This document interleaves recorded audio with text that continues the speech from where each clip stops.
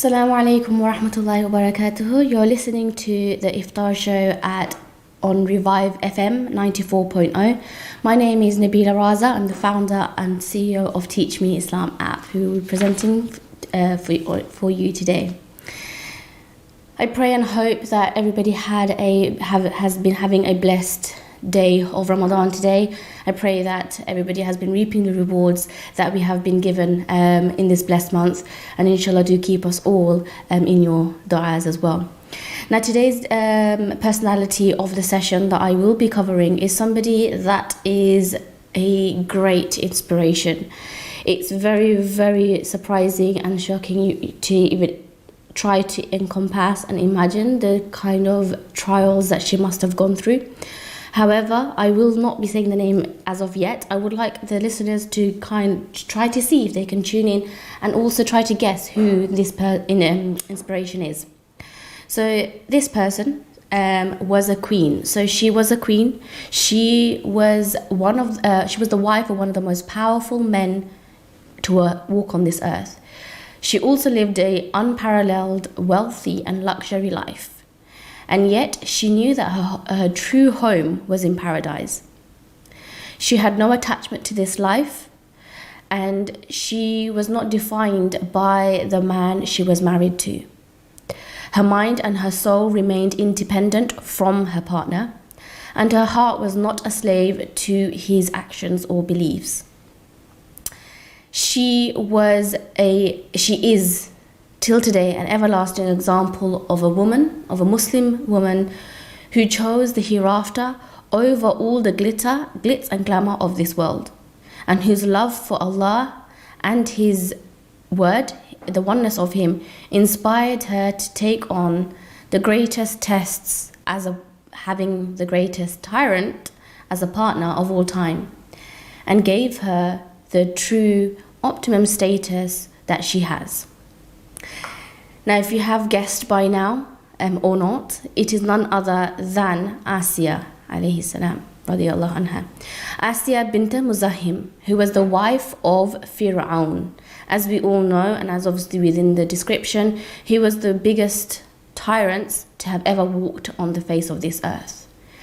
You might think, if you don't already know, how did she, the wife of such a tyrant, become one of the most inspiring Muslim women of our history?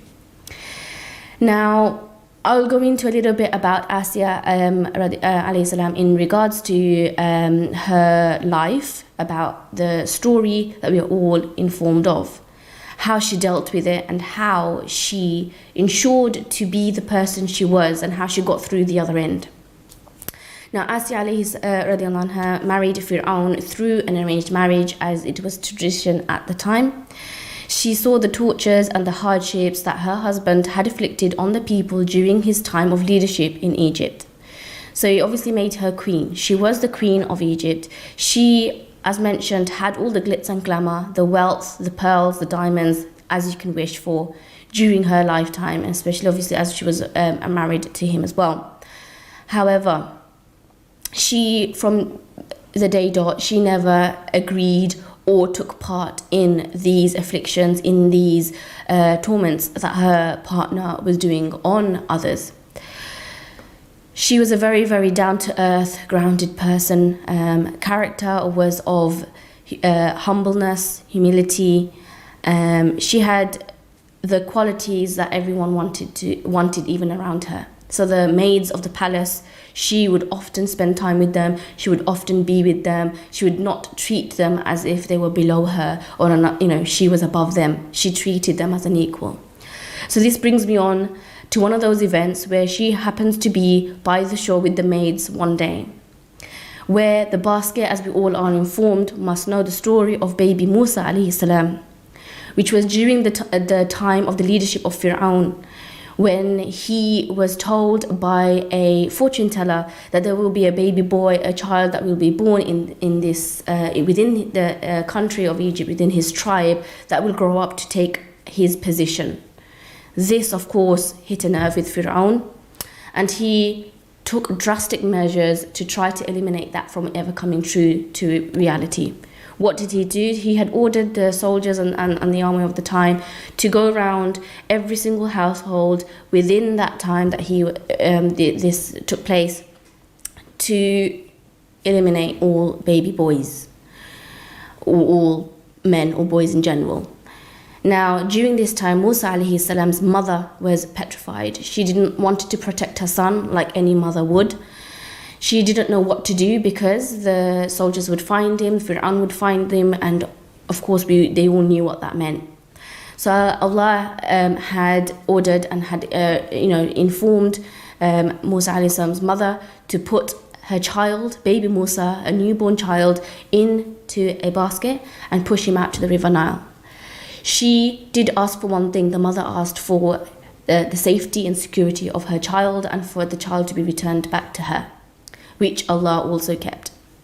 Now, during this time when, as you can imagine, for all the mothers out there, and me as an aunt, me as a sister, etc., I can't imagine what Musa's mother was going through at that period of time, where she had to put her newborn child in a casket and into the river with the conviction and tawakkul, the trust in Allah. As she did this, it happened to be that where would this casket go to or reach? It went to the shore of the tyrant himself. So this just so happened that Asya radiallahu anha was by the shore with the maids when the basket washed across to them near their castle. They assumed when they got the basket, when they saw the basket, they will find some sort of treasure or some sort of valuables within the basket. But to their surprise, and specifically to Asya and surprise, that it was a baby boy. And she instantly fell in love with the baby. As she had no children of her own, and she wanted children, of course, she then made it her mission to convince Fir'aun, the tyrant that's going around and killing every other child, every other male boy or baby boy. She had convinced Fir'aun to keep this child within their palace and not to kill it, as he was doing to all baby boys at the time, due to the fortune teller's message to him. Now, not only did that show perseverance and strength for her to stand up to Fir'aun when she knows what kind of a tyrant he was, and his biggest fear being that he didn't want somebody to grow up within the tribe, within the country, that will take over his space, take over his title, his fortune, everything. She managed to convince him. Now, along the way, during this time, she took care of Musa alayhi salam as if it was her own. She loved him, nurtured him, cared for him. However, obviously Musa alayhi salam, there was a few hiccups along the way. As a baby, as a newborn child, they couldn't get him to be drinking or taking any form of nutrition in, and therefore Allah fulfilled His promise and got his mum into the palace, where he then was put into the arms of the mother and was told that she can take care of him until obviously he settles a little bit more and grows older. Now, as the years went on and Musa alayhi salam was old enough, he had been given the title of a prophet, which he started to preach and share the message of Allah, the oneness of Allah, to the people, the message of Tawheed. Asya alayhi salam straight away believed and took his word and became a firm believer. Whilst this, of course, you can imagine what the reaction of Fir'aun was. He was infuriated. She still stood firm. She did not hesitate. She did not falter. She didn't have any sort of doubt in her mind if this message of Tawheed that Musa alayhi salam was telling her was true or not, knowing that even if it wasn't true, etc., all the other doubts that could have been in her mind, that her partner, Fir'aun, was, he could really, really have a bad reaction to this. She didn't fear. She didn't fear him.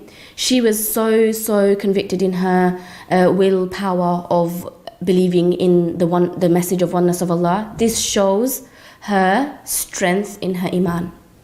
From day dot, from the very first day, shows the strength of her iman.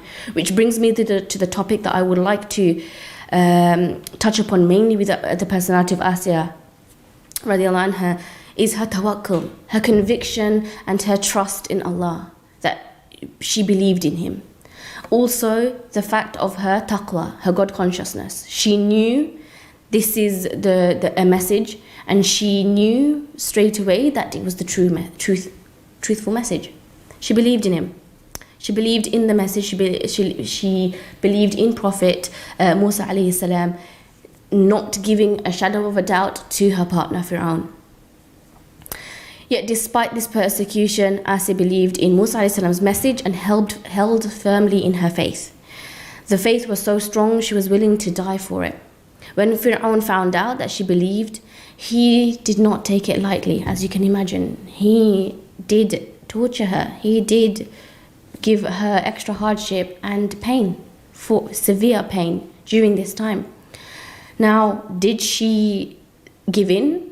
Did she think, okay, I can't deal with this torture, this physical torture or this emotional torture, I can't do it anymore. I don't believe in Allah, I don't believe in the message of Musa alayhi salam. No, she didn't. With all of that hardship and the tortures that she went through from her own partner, bear in mind, her own husband, being Fir'aun, had tortured her severely, she did not move or change her mind about believing in Allah. This shows, and this is the main inspiration to me and to us all, of how strong she was in her faith, how strong she was in her taqwa. We can all just aspire to be like such. May we all adopt the characteristics to get and reach, to a level anywhere close to that. Ameen. Now, during this time, this part of when she was being tortured, she was being afflicted with pain, she was being afflicted with hardships by her own partner, what did she do? She actually did the same thing which Allah told Maryam alayhi salam, or told us in the Quran, when we are afflicted with hardship, to turn towards Him, to endure patience, and in salah to ask Him. This is exactly what Asiya radiallahu anha alayhi salam did. And in the Quran, the ayah goes, the wife of Fir'aun said, "My Lord, build for me with thee a house in heaven and save me from Fir'aun and his doings and save me from the unjust people." Now this was her call out of help. You can call it a cry out of help, cry of desperation, but she didn't turn to anybody else. It didn't make her question her iman. It didn't make her question her faith.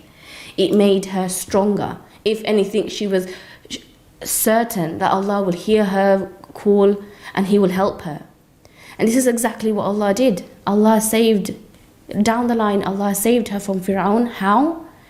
He ended Fir'aun, which we all, again, that's the rest of the story, which we know, that Fir'aun wanted to destroy Musa alayhi salam and the army when they were trying to escape, but Allah made a miracle happen yet again in this story. He made a river. He made a river split into half, which until today has never been heard of. He only did this, again, because of showing a miracle to Prophet Musa alayhi salam at the time, who was the prophet of the time. However, also to Asiya, because she asked that to save her not only from Fir'aun and his doings, but to save her from all unjust people. So Fir'aun and his army that believed in him so much, day in, day out, carried out all his tasks and commands and orders, they were finished. Allah had ended them, and ended them in such a way that Fir'aun is still, he's still looked at today to remind us that when Allah says something in the Quran, when He promises us something, He sticks by it. So this just shows, again, in terms of how her taqwa was, what level her taqwa was at, what level her iman was at. Being somebody that had, she had all the luxuries of the world. She was no shortage of wealth and the glitz and glamour of the world. However, she didn't want any of that. She just simply wanted to be a firm believer to Allah and live her life in peace. Now, Asiya radiallahu anha, she had no attachment to this life. She was not defined by the wickedness of the man that she married. Her mind and her soul remained independent, as we mentioned, from Fir'aun, as she was on a complete different spectrum to him, even from before the word of Islam came about to her. And her heart was not a slave to his beliefs. She refused to submit herself to the tyranny of her husband, but chose to devote her soul and her life to Allah. In the story of Asiya is an everlasting example of a woman who chooses the hereafter over this world. Now this brings me to and reminds me of an authentic hadith where our Prophet Muhammad ﷺ mentions ad-dunya sijnul mu'min wa jannatul kafir, that this world may seem like a prison because it's got restrictions, we've got rules, we've got do's and don'ts in this world. It will seem like a restricted prison, just the way in prison there's rules. And the remaining of the hadith says, and it is paradise for disbeliever.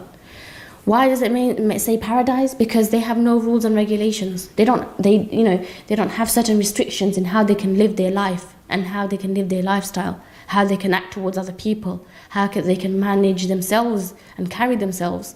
Whereas we as Muslims, we do. How and where? It's mentioned in the Quran. Allah tells us exactly what we can and can't do, what we should do, what we shouldn't do, how we should act, how we should behave, how we should treat other people. It's all mentioned for us in the Quran. And that's why this world isn't meant to feel like bliss. It's not meant to feel like paradise, because the real paradise, our Creator is telling us in the Quran that the real paradise, as He describes Jannah in the Quran, is something that is unimaginable for us. Our small minds can't even comprehend it. So the fact that Asiya alayhi salam, she understood this. She did not fall into the trap of the luxuries of this world. Which brings me to the point where what lessons can we take from this? What lessons can we derive from Asiya alayhi salam, from her strength of God consciousness, from her strength in her iman, from her strength in putting up with such hardships and trials, having Fir'aun as a husband? Only she knows. Again, that's something that I myself aspire to. She's a role model there. She's there for us to feel inspired by, but also aspire to be like.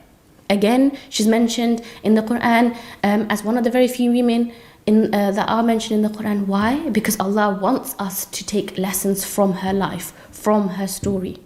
He wants us to become closer to our destination, which is Jannah, inshallah. Now, when it comes to how can we, in today's day and age, how can you and I implement this, and how can we become like Asiya alayhi salam, and how can we, even reach her level? We can try. We can start.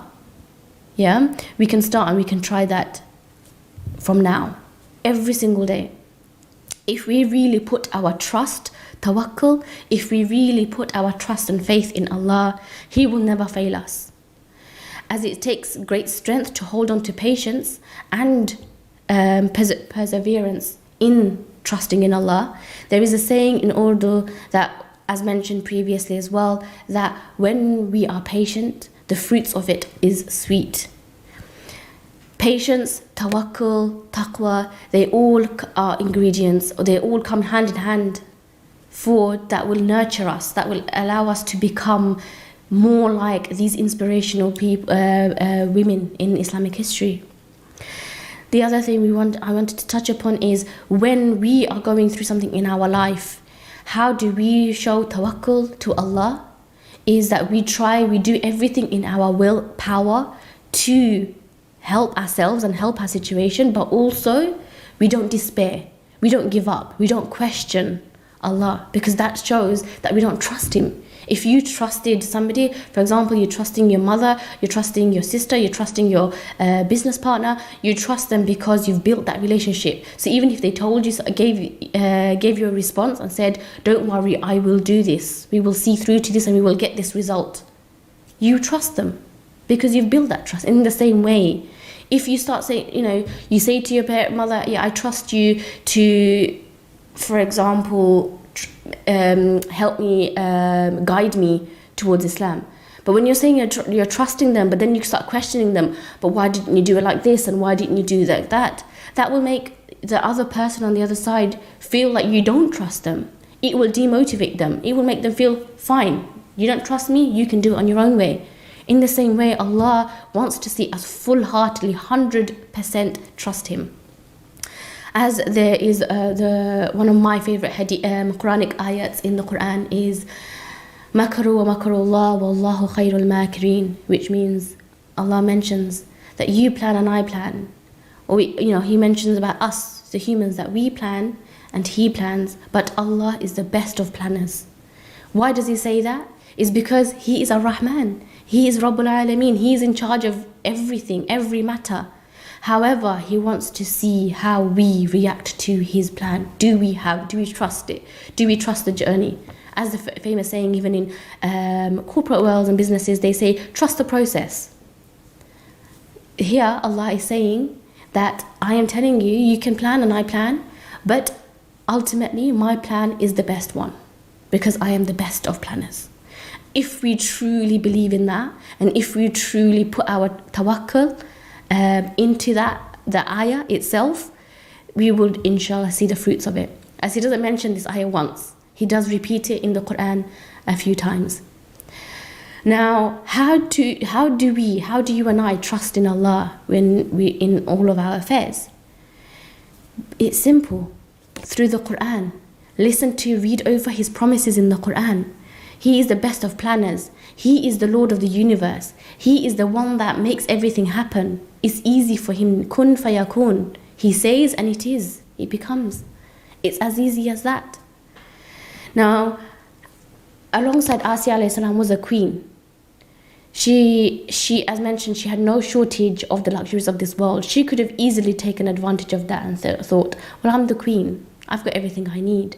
But she truly understood the hadith that I mentioned, that this world is not meant to be paradise, it's not meant to be Jannah for us believers, because there are restrictions, there are do's and don'ts, with reasoning and benefits for us within them. Now, what I would like to also go towards on this topic is having that tawakkul, having that God consciousness in Allah. How can we implement it in our lives? I would like to touch upon a hadith, a very well-known hadith, and a saying of the Prophet Muhammad ﷺ. It involves a camel, which you might have come across and you might have also known about.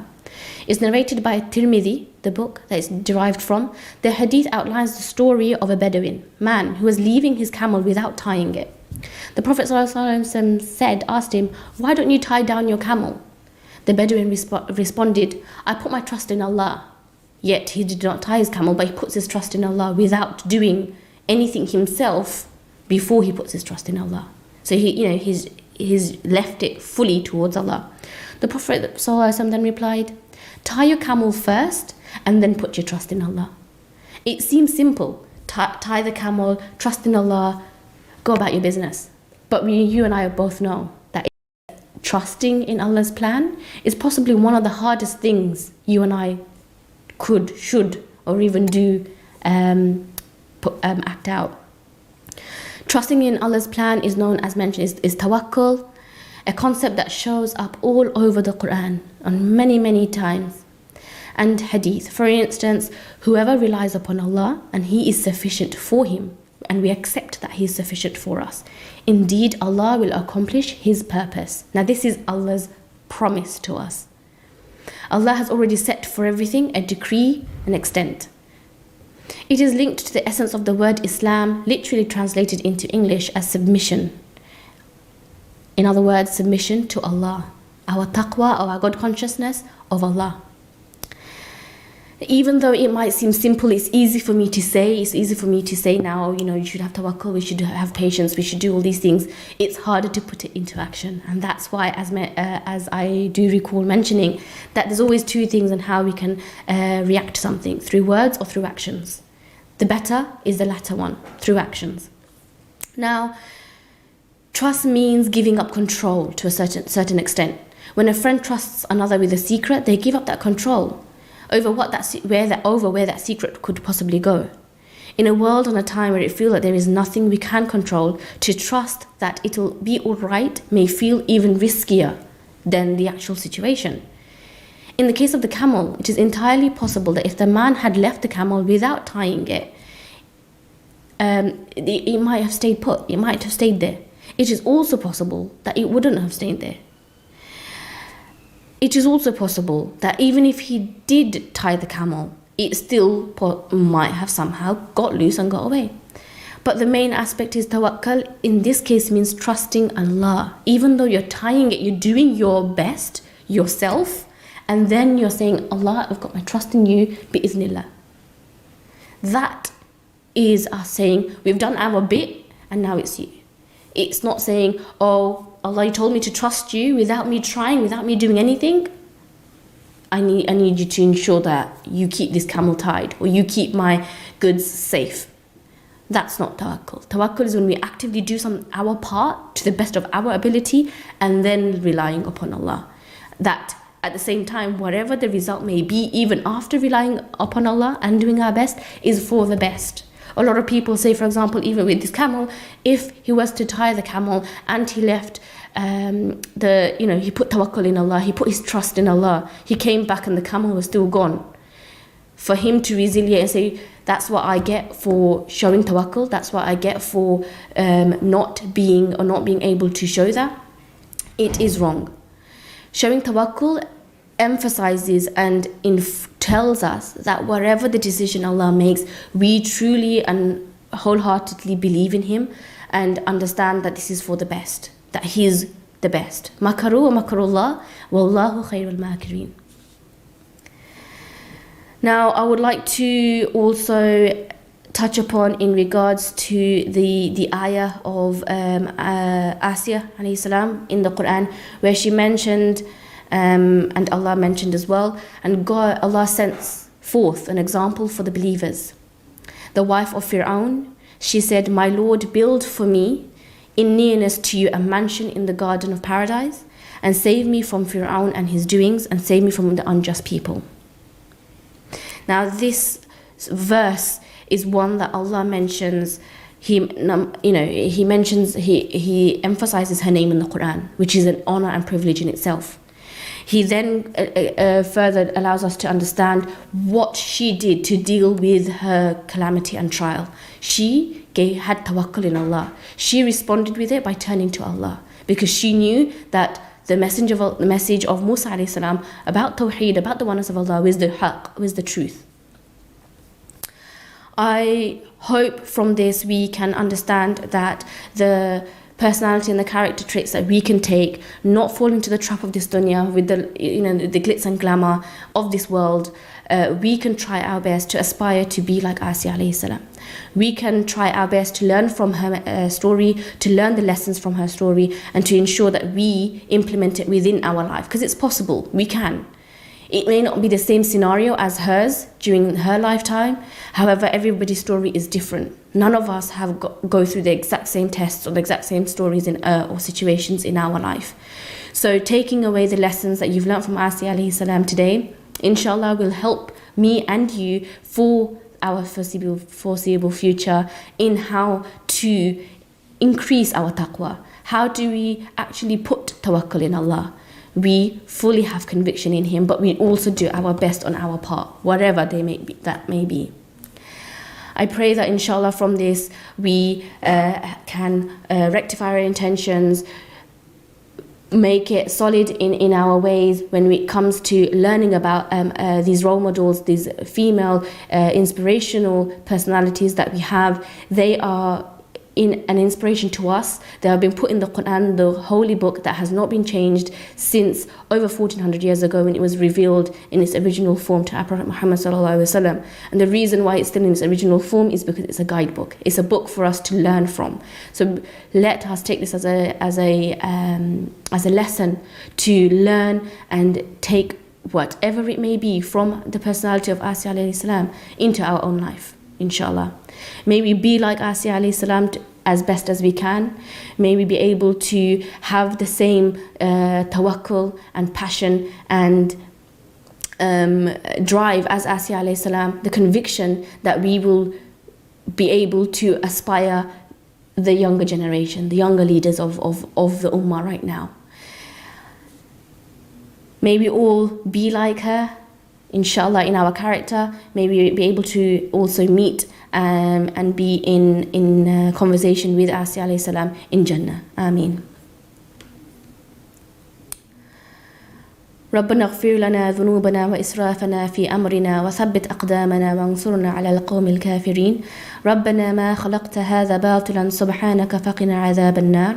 ربنا إنك من تدخل النار فقد أخزيته وما للظالمين من أنصار. ربنا إننا سمعنا مناديا ينادي للإيمان أن آمنوا بربكم فآمنا. ربنا فاغفر لنا ذنوبنا وكفر عنا سيئاتنا وتوفنا مع الأبرار.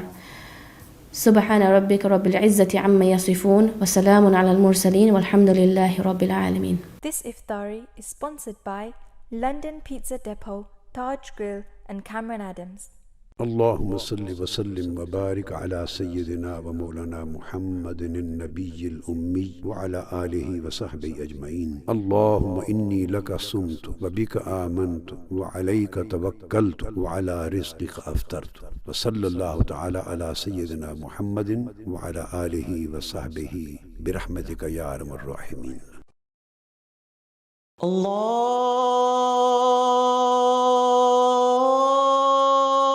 الله أكبر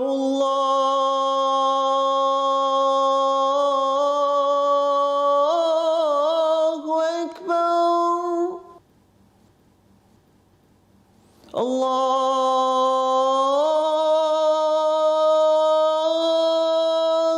أكبر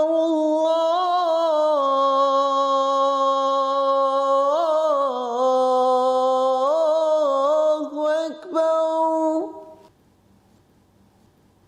أشهد أن لا إله إلا الله.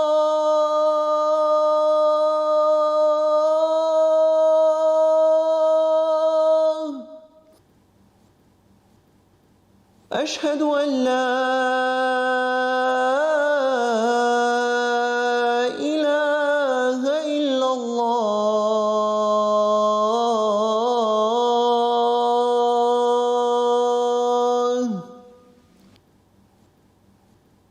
أشهد أن محمد رسول الله.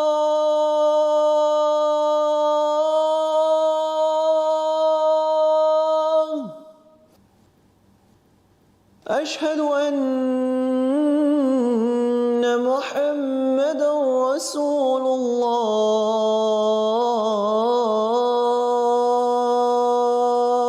الله. حي على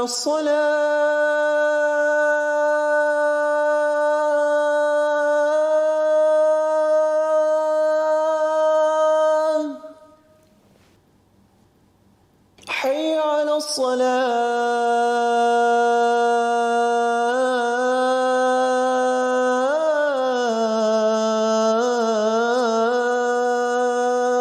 الصلاة. حي على الفلاح.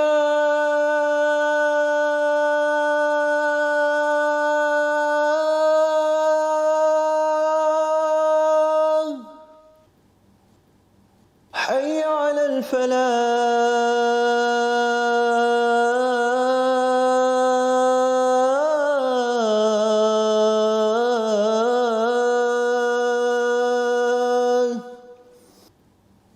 الله أكبر